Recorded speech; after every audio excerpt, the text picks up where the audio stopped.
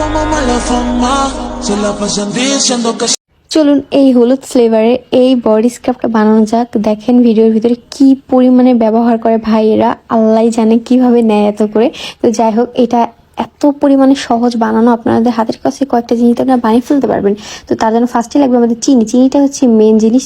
চিনিটাকে এখানে আমি 3 টেবিল চামচ মতো নিয়ে নেবো। তারপর লাগবে কাঁচা হলুদ, তারপর লাগবে হচ্ছে মধু, তারপর হচ্ছে লাগবে নারিকেল তেল, আর লাগবে হচ্ছে বডি ওয়াশ। দ্যাটস ইট, আর কোনো কিছু দরকার নেই। এখন সুন্দর মতো সব জিনিসটাকে ভালোভাবে মিশিয়ে নেব। আর এখানে কালারটা একটু হলুদ হলুদ আসছিল, কিন্তু প্রথমে আমি আপনাদেরকে বিটরুট যে দেখালাম, বিটরুটটা যদি আপনি অল্প করে দেন তাহলে এটার কালারটা একদমই অরেঞ্জ ফ্লেভারে চলে আসবে ভাই, অরেঞ্জ কালারের একদম। ঠিক আছে, আমি চাচ্ছিলাম অরেঞ্জ কালার জন্য, কিন্তু আমারটা ওই রকম আসে নাই। এটার ভিতর যদি আমি গাজরের রস বা অন্য কিছু দিতাম তাহলে আর কি ওই কালারটা চলে আসতো। তো যাই হোক, এটার কাছাকাছি অনেকটাই।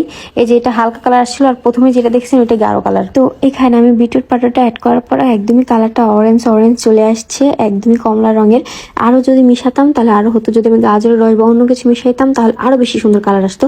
তো যাই হোক, কালারটা ম্যাটার করে না, এটা ব্যবহারটা কিরকম সেটাই দেখতে হবে। এটা হাত পা যাদের অতিরিক্ত কালো তাদের জন্য এটা বেস্ট হবে। বড় ছোট সবাই ব্যবহার করতে পারবেন, কোনো সমস্যা নাই। হাত পা দেয় যেহেতু অনেক বেশি ট্যান পড়ে যায় এখন, যেহেতু গরমকাল, রোদ অনেক, তারা অবশ্যই এটা ব্যবহার করতে পারেন। কিন্তু এটা সপ্তাহে 2 দিন ব্যবহার করতে হবে, বেশি দিন ব্যবহার করবেন না বডি স্ক্রাব, কারণ অতিরিক্ত কোনো কিছুই ভালো না। তাই চেষ্টা করবেন সপ্তাহে 2 দিন ব্যবহার করার জন্য। ধন্যবাদ।